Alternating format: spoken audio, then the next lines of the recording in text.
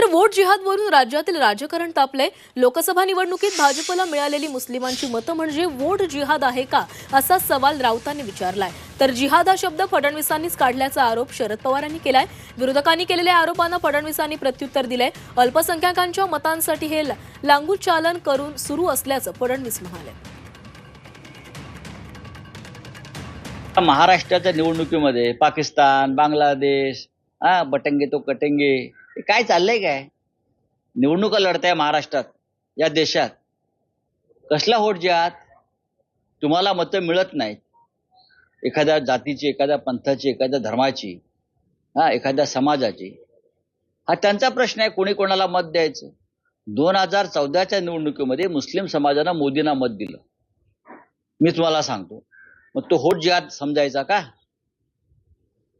तो वोट जिहाद मानायचा का फडणवीसजी?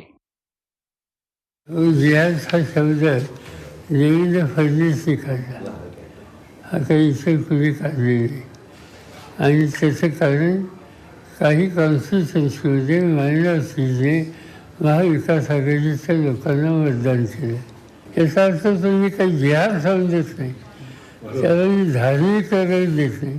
त्यामुळे वोट जिहाद हा शब्द वापरून विशेषतः देवेंद्र फडणवीस आणि त्यांच्या सरकारने एक प्रकारचा धार्मिक कलर या निवडणुकीला द्यायचा प्रयत्न केलेला दिसतो आणि आम्ही त्याच्यात एकदम विरोधी आहोत। आज नोमानींचा दुसरा व्हिडिओ आलेला आहे, ज्या व्हिडिओमध्ये ते असं म्हणतात की काही लोकांनी लोकसभेत, काही मुस्लिम समाजाच्या लोकांनी लोकसभेमध्ये भाजपला मतदान केलं, ते शोधून काढा आणि त्या लोकांचा दानापाणी बंद करा आणि त्यांना सोशल बायकॉट करा।